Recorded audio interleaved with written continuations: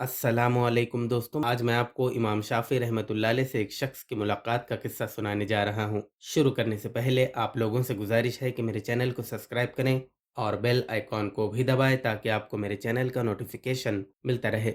इमाम शाफ़ी रहमतुल्लाह अलैह से किसी ने पूछा कि आपने अल्लाह को कैसे पहचाना? फरमाया, मैंने शहतूत के पत्ते से पहचाना।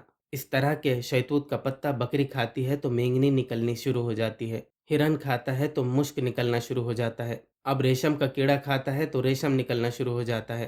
तो एक पत्ता है, कहीं मेंगनी निकली, कहीं मुश्क निकला, कहीं रेशम निकला। ये पत्ते की तबीयत के ऊपर कोई बनाने वाला है कि कभी ये बना दिया, कभी वो बना दिया। मैंने इस हकीर से पत्ते से खुदा के वजूद को समझा।